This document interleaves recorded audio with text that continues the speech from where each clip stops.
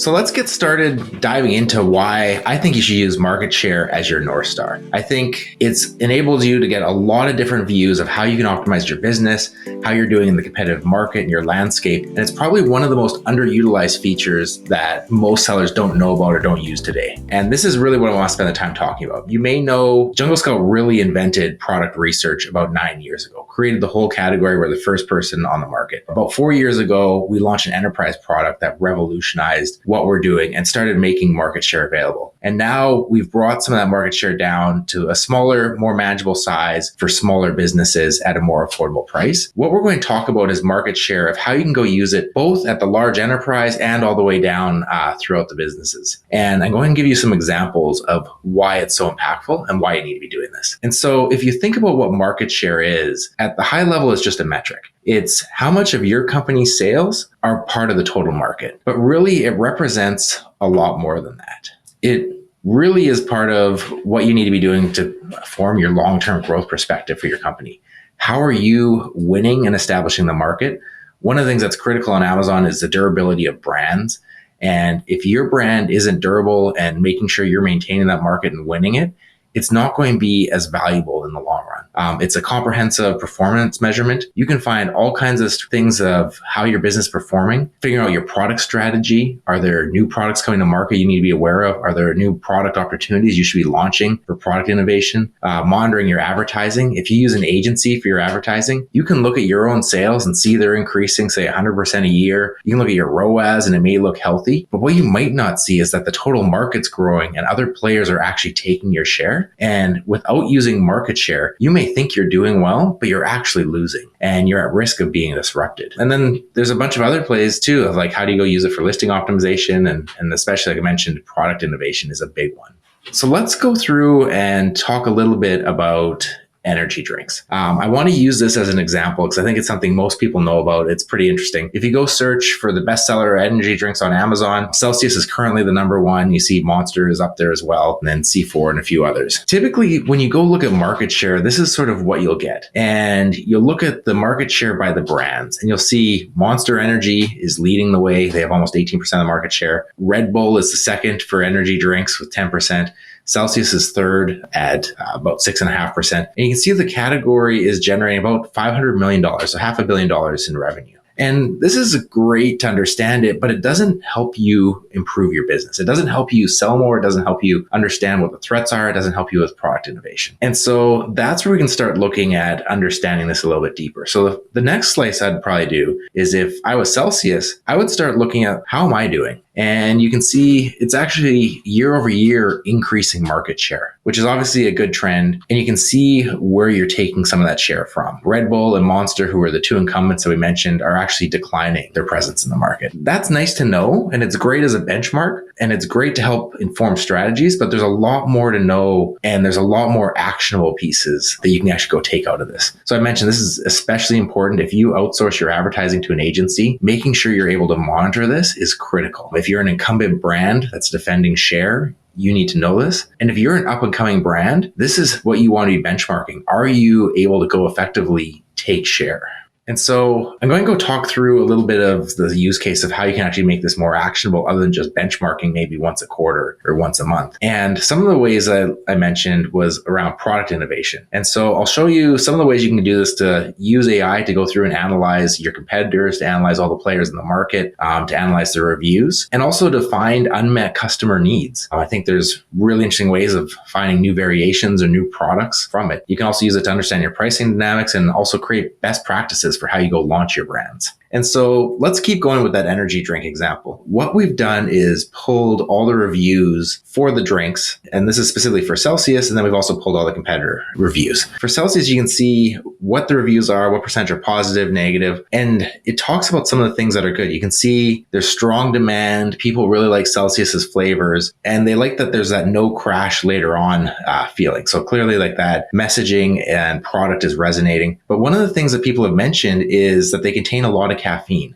200 milligrams plus. And sometimes that can cause jitters. And so if you go look at it, there actually isn't a light line, like a line of say 100 milligrams or 75 milligrams of caffeine. There's no products in the market today. And the reviews from both your product and from your competitors are showing there's an unmet need for that. People want an energy drink. So you think about it, either you're going to be able to go meet that need and you can go find out about it and learn, or someone's probably going to eventually bring something to market to go and meet that need. There's other ways of looking at this that are going to help you also grow your business. And one of the techniques that is really interesting is looking at how do you compare on keywords versus your competitors, and how do you go use that information to boost your ranking and boost your visibility. And so I'm going to go with a different example with dishwasher pods. And specifically, what we searched for here was the dishwasher detergent. And again, this is the Amazon bestsellers. And we'll go look at the number one bestseller again in dishwasher detergent. So it says Cascade Platinum. You can go use market share to help start breaking down what does the actual overall market look like? What do the dynamics look like? If you go back to the bestseller page, okay, it's mostly Cascade and Finish, but some of these will be influenced. The bestseller list updates every 4 hours. It can be influenced by different advertising, different promotions going on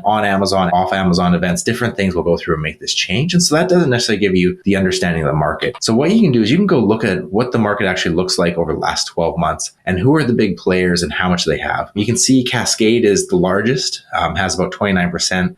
Finish is the second largest. And then all the other brands have roughly half of the market. And why this is important is you may assume what the market looks like, but behaviors on Amazon are very different than they are off Amazon. And so I'll give you an example with keyword trends. Dishwasher detergents is one that's sold across a lot of different channels. Lots of online e-commerce retailers carry it, offline channels carry it. And when you go look at like search trends on Google, here's an example where you can see for the exact same keyword, the two different search trends are really different. The patterns are nowhere near the same. And that's because Amazon's search algorithm actually has an autocomplete functionality that tries to help encourage keywords that they believe for the customer will convert at the highest and goes through and autocompletes those. And you can see it greatly shapes the pattern of traffic. So Amazon is different than every other channel out there.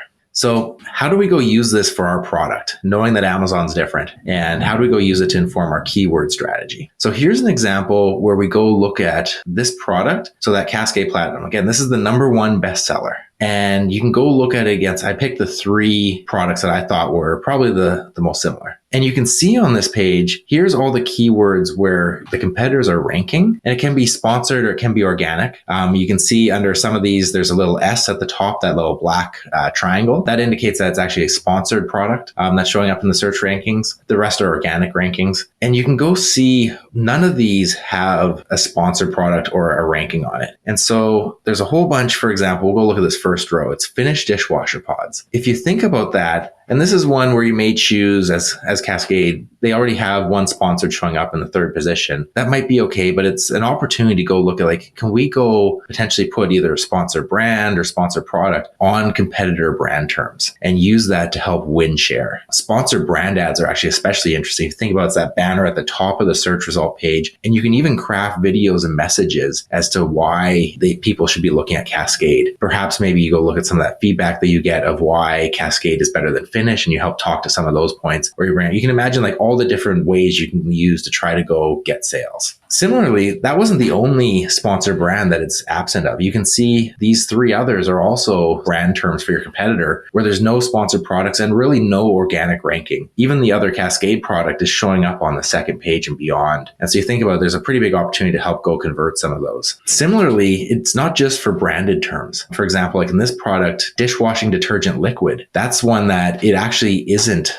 have any competitors on. We don't have any ranking on. You can see Finish is showing up on the one of the top results for some of these. But your product like Cascade is essentially nowhere. And so you think about how do you go start converting on some of these terms. Again, you can use the sponsored brands of saying, hey, I see you're looking for liquid. Did you know that pods are more convenient or are cheaper or provide a better clean or whatever you want in that sponsored brand messaging? You can go craft a campaign that goes and targets that. And that's one of the things that's really interesting is you have virtually no presence right now and you're kind of giving up all of these sales. One of the things that I really like is you can now start taking this to figure out, okay, like what is the opportunity? Maybe it's actually not that much. Maybe I don't don't care about it. And so if you go look at the clicks and conversion data for the products, on this keyword, you can see the top clicked and the top conversion products. The conversion rate is generally about 3% or so. So if you start taking the search volume and multiplying by the conversion rate, multiply it by the price, it's over $40,000 a month. You're looking at over $500,000 a year on just these two search terms. And so that's one of the things that's like really interesting is you can now start figuring out, okay, how much opportunity is there? Is it worth the time and expense to go advertise on these? And that's one of the really great results. But one of the things that's pretty cool is you can do a lot more than that. You can start breaking it down even further. And so we're going to keep going with this example of the dishwasher detergent, but now maybe we want to go see who's actually selling these products. What's interesting is if you start breaking this down, Cascade dishwasher detergent is served both by Amazon.com, so through the 1P vendor relationship, and by 3P sellers. And Cascade probably has relationships with a lot of these. For example, you can see Office Depot, Office Max sells almost 20% of the 3P volume.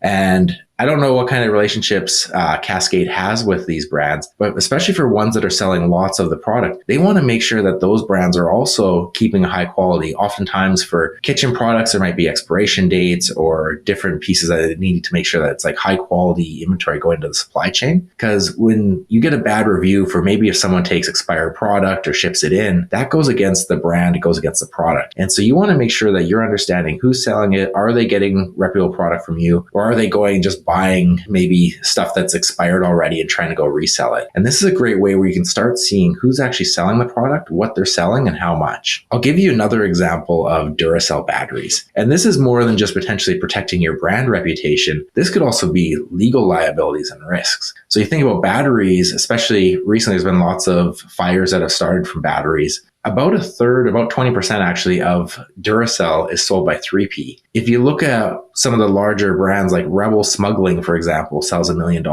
I have no idea if Rebel Smuggling is an authorized reseller, if they're legal or if they're not, what kind of quality they're selling. But this gives Duracell the information they need that you can start going in and producing test buys. You can go on Amazon and try and go buy directly from Rebel Smuggling, see what kind of products you're getting. Is it legitimate? Has it been expired? All those kind of things. And that's one of the things that's really critical to protect your brand. You think about market share, it's not what you think about, but it really is understanding the whole picture. And this is one of the great things that like market share helps you do. It's understand what's going on and then being able to go drill into the details. I'll go through one final example. And this is probably like one of my favorites that I've seen. And I see this a lot across a lot of different products. So earlier this year, Amazon launched their premium beauty brands and brought on a lot of brands. You can see the detail page here is a little bit different. They did this as part of the way of helping differentiate, helping bring some of these brands on. Clinique was one of them that they brought on. Basically, what it looks like they've done, I don't know, I haven't talked to anyone at Clinique, but what it looks like is they've basically taken all their product information they have. They sell across hundreds of retail channels, you think about it. And they basically, most of these large companies have a product information management system or a PIM, where basically all the details, their title, the description, what it does, ingredients, all that is in there. And they basically just upload it through Amazon. It's usually through EDI for retail vendors. It might be through feeds or it might be through the API, but they'll go through and upload that information. But they may not have taken the time to really go through and optimize it. And I think that's an example of what's happened here. And you can go find thousands of these all over.